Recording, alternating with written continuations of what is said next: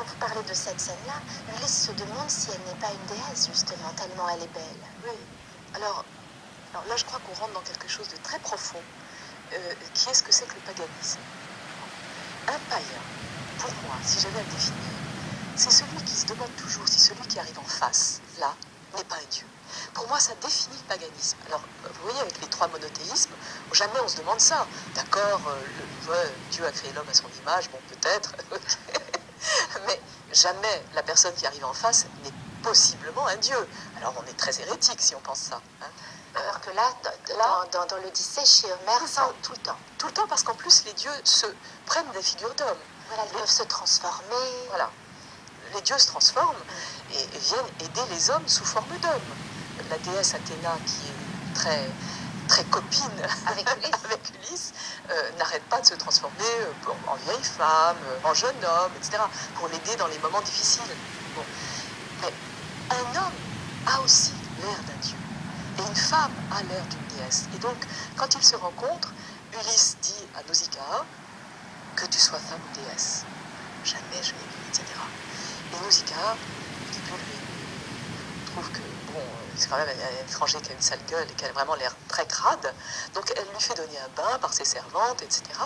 Et après, il sort de ce bain avec, évidemment, la grâce, Charis, qui a été répandue sur sa tête par Athéna qui veille.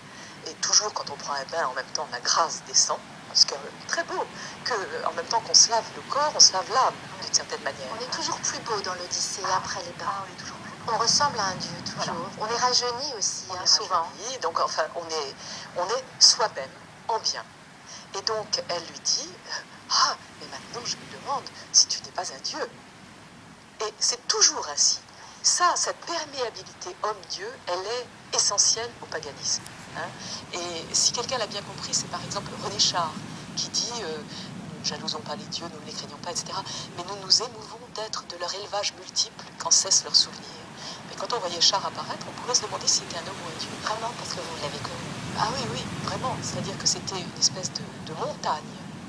Il avait un visage à large face d'étendue rassemblée. Oui, c'était vraiment comme ça.